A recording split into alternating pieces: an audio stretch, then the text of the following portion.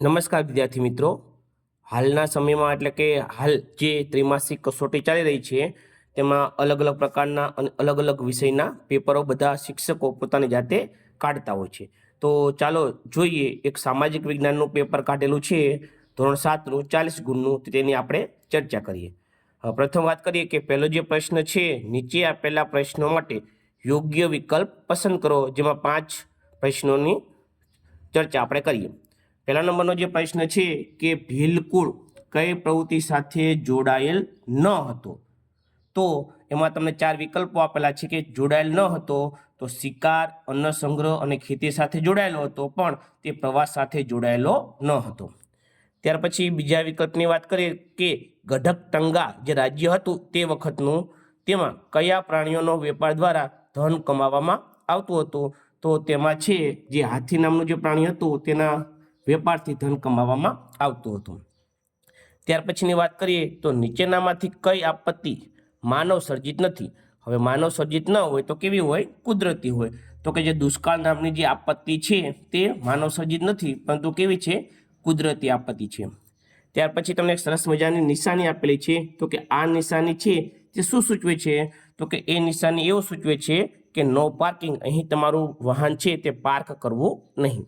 ત્યાર પછી નીચેનામાંથી કયું સંચાર માધ્યમ નથી? જો સંચાર માધ્યમ તો ઘણા બધા છે, પણ એમાં વિકલ્પોમાં એક એવું સંચાર માધ્યમ છે કે જે હાલના સમયનું જોઈએ તો સંચાર માધ્યમ ન ગણી શકાય. તો તે સુવિચાર છે તેને આપણે સંચાર માધ્યમ તરીકે ગણતા નથી, પરંતુ તેને વિચાર તરીકે ગણીએ છીએ. તો પુસ્તકો, ટપાલ અને છાપવું એ આપણા સંચાર માધ્યમો છે.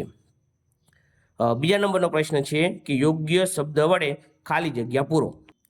તો પ્રથમ ખાલી જગ્યા છે કે રેડિયો એ ખાલી જગ્યા પ્રકારનું સંચાર માધ્યમ છે.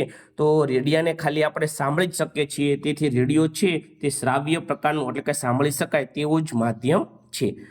ગઢકટંગામાં કેટલા ગામડા આવેલા હતા? ગઢકટંગા નામનું જે રાજ્ય હતું તેમાં કેટલા ગામડા આવેલા હતા? તો તેમાં 70,000 જેટલા ગામડાઓ આવેલા હતા. ત્યાર પછી આગળ વાત કરીએ તો પ્રશ્ન નંબર 3, સામાન્ય રીતે પૃથ્વી સપાટીના કંપનને ખાલી જગ્યા આપત્તિ કહે છે. કે પૃથ્વી સપાટી જે કંપન અનુભવે છે તેને કઈ આપત્તિ ગણી શકાય? તો તેને આપણે ભૂકંપ અથવા ધરતીકંપ જેવી આપત્તિ ગણી શકાય છે, તો તેને ભૂકંપ કહેવામાં આવે છે. નંબર 4 કે તમે વાહન ચલાવતા હોય, કાર ચલાવતી વખતે ખાલી જગ્યા હંમેશા બાંધવો જોઈએ. તમે ડ્રાઇવિંગ કરતા હોય તો તમારે શું બાંધવું જોઈએ? તો તમારે સીટ બેલ્ટ બાંધવો જોઈએ. કૃત્રિમ ઉપગ્રહ છે તેને આપણે બીજું કયું નામ આપી શકીએ છીએ? તો જે કૃત્રિમ ઉપગ્રહ છે તેને આપણે માનવ સર્જિત ઉપગ્રહ, એટલે કે જે માણસે બનાવેલો છે એ માનવ સર્જિત ઉપગ્રહ નામ આપી શકીએ છીએ, માનવ સર્જિત ઉપગ્રહ. ત્યાર પછી પ્રશ્ન નંબર 3 છે કે નીચેના વિધાનો ખરા છે કે ખોટા તે જણાવો. તો ટેલિવિઝન માત્ર શ્રાવ્ય સંચાર માધ્યમ છે. આપણને એવું પૂછ્યું છે કે ટેલિવિઝન છે માત્ર શ્રાવ્ય સંચાર માધ્યમ છે? તો ના, એ વિધાન છે ખોટું. કેમ? કારણ કે ટેલિવિઝન છે તે દ્રશ્ય અને શ્રાવ્ય બંને માધ્યમ છે. ત્યાર પછી સાયકલ હંમેશા રોડની જમણી બાજુ ચલાવવી જોઈએ. સાયકલ ચલાવવાનો એક નિયમ છે કે આપણે એને એક જ દિશામાં ચલાવવી જોઈએ. તો સાયકલ હંમેશા રોડની જમણી બાજુ નહીં પરંતુ ડાબી બાજુ ચલાવવી જોઈએ. તો આ વિધાન પણ કેવું છે? ખોટું. ત્યાર પછી પૂરની આગાહી કરી શકાય છે. જે પૂર નામની જે આપત્તિ છે તેની આગાહી કરી શકાય છે? તો હા, પૂર છે તેની આપણે આગાહી કરી શકીએ છીએ. વરસાદનું પ્રમાણ વધતું જતું હોય, પાણીનું પ્રમાણ વધતું જતું હોય તો આપણે પૂરની બિલકુલ આગાહી કરી શકીએ છીએ. હવે પુસ્તકો છે પૈસાનો ભંડાર છે. તો આપણને ખબર છે કે પુસ્તકો દ્વારા આપણને જ્ઞાન પ્રાપ્ત થાય છે અને પુસ્તકો છે તે જ્ઞાનનો ભંડાર છે. તો અહીં વિધાન ખોટું છે કે પુસ્તકોથી જ્ઞાન પૈસાનો ભંડાર નથી, પણ તે જ્ઞાનનો ભંડાર છે. ત્યારબાદ વોકી ટોકી, એક વોકી ટોકી નામનું સંચાર માધ્યમ છે. વોકી ટોકીનો ઉપયોગ ડોક્ટરો કરે છે, તો એ વિધાન પણ ખોટું છે, કારણ કે વોકી ટોકીનો ઉપયોગ છે તે પોલીસ લોકો કરતા હોય છે. હવે પ્રશ્ન નંબર 4 છે કે યોગ્ય જોડકું જોડો. તો તેમાં તમને અ અને બ વિભાગ આપેલા છે. તો અહમ જે છે પ્રજાતિ એ વખતની, તો અહમ લોકોમાં શું આવશે? તો અહમ લોકોની મહત્વની કૃતિ હતી બુરંજી. ત્યારબાદ કૃત્રિમ ઉપગ્રહ છે તેને આપણે સેટેલાઇટ તરીકે ઓળખીએ છીએ. તો કૃત્રિમ ઉપગ્રહમાં આવશે સેટેલાઇટ. વાવાઝોડું જે આપત્તિ છે તેને આપણે બીજા નામમાં ચક્રવાત તરીકે પણ ઓળખીએ છીએ. ગઢકટંગા જે રાજ્ય છે તેમાં 70,000 જેટલા ગામડાઓ આવેલા હતા. તો ગઢકટંગામાં 70,000 ગામડાઓ આવશે. અને જે પંજાબ રાજ્ય છે તેમાં એક સરસ મજાની જનજાતિ રહેતી હતી અને તે હતી ખોખર જનજાતિ. તો અહીં આપણે સરસ મજાનું જોડકો જોડી શકીએ છીએ. બીજો એક મહત્વનો પ્રશ્ન આવે છે મને ઓળખો સ્વરૂપમાં. તો જે મને ઓળખો સ્વરૂપમાં પ્રશ્ન આવે છે તેમાં હું વન પ્રદેશમાં રહેનારી પ્રજા છું. જો વન પ્રદેશમાં તો ઘણી બધી પ્રજા રહેતી હતી, પણ એ વખતની જે મહત્વની પ્રજા હતી તે ગોંડ નામની પ્રજા હતી. વરસાદનું પ્રમાણ વધે તો મારી આપત્તિ સર્જાય છે. મેં તમને વાત કરી કે વરસાદનું પ્રમાણ વધતું જાય તેમ પાણીનું પ્રમાણ વધતું જાય છે અને તેથી પૂરની આપત્તિ સર્જાય છે. હું હાલમાં અગત્યનું સંચાર માધ્યમ છું. સંચાર માધ્યમો ઘણા છે, પણ અગત્યનું સંચાર માધ્યમ ગણવું હોય તો મોબાઈલ ફોન છે, કારણ કે મોબાઈલ ફોન દ્વારા ઘણી બધા એવા સંચાર માધ્યમ છે જે અંદર આવી જાય છે. મારા દ્વારા જ તમને જ્ઞાનનો વધારો કરી શકાય છે. તો તમે પુસ્તકો વાંચો છો તો તમને જ્ઞાનનો વધારો થાય છે.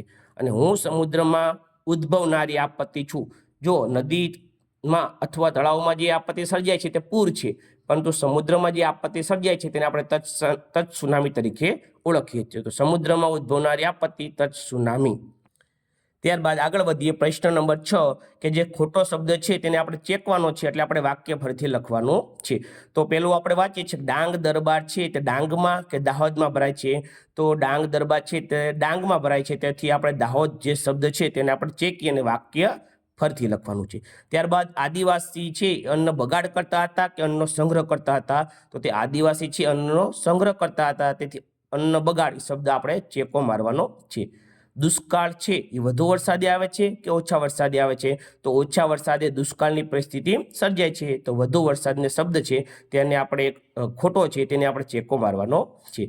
સૌથી વધુ ચલચિત્રો એટલે હાલના સમયમાં મૂવીઝ પિક્ચર, તો એ છે ભારતમાં બને છે, તેથી ચીન શબ્દ ખોટો છે, તેને આપણે ચેકો મારી અને વાક્ય ફરીથી લખવાનું છે.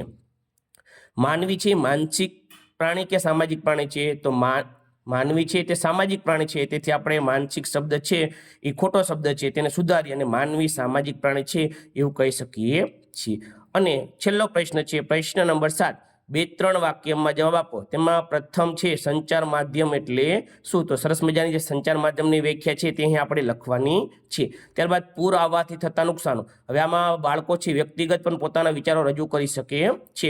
ઘણા બધા નુકસાનો છે, પણ એમને લાગતા હોય નુકસાનો તે પણ આમાં લખી શકે છે. કોઈ પણ 4 સંચાર માધ્યમો જણાવી તેનો ઉપયોગ જણાવો. મહત્વના ઘણા બધા સંચાર માધ્યમો છે, પણ બાળકોને જે યોગ્ય 4 લાગે છે તેના નામ લખી અને તેનો ઉપયોગ શું છે તે લખવાનું છે. દુષ્કાળથી ઉદ્ભવતી સમસ્યાઓ. દુષ્કાળ આવે, દુષ્કાળની આપત્તિ સર્જાય તો કેવા નુકસાન થાય છે, કેવી સમસ્યાઓ થાય છે તે અહીં આપણે લખવાનું છે. અને આદિવાસીઓના જીવન વિશે પરિચય આપો. આદિવાસીઓનું જીવન કેવું હતું, ખોરાકમાં શેનો ઉપયોગ કરતા હતા, કેવી જગ્યાએ રહેતા હતા, તો તે તેમને વિગતવાર અહીં લખવાનું છે. તો આ સરસ મજાનું પેપર તમે જોઈ રહ્યા છો તે ત્રિમાસિકનું પેપર છે, ધોરણ 7નું પેપર છે અને 40 માર્કનું પેપર છે.